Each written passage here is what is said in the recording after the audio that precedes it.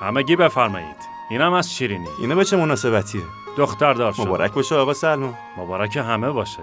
آقای امتیاز بفرمایید. مبارکتون باشه. خیلی ممنون ازتون.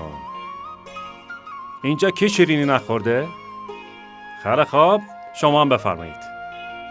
شیرینی میل کنید، بفرمایید. ممنون آقا. خواهش میکنم. خیلی مبارکتون باشه آقا سلمان. ممنون.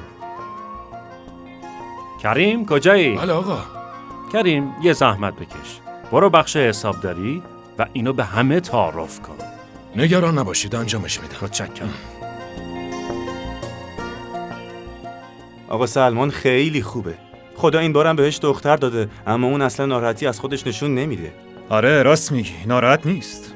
این روزا آدما وقتی زنشون دختر بزاد ولش میکنن و یه زن دیگه میگیرن. کاش دختر خودمم یه همچین شوهری گیرش بیاد. انشالله.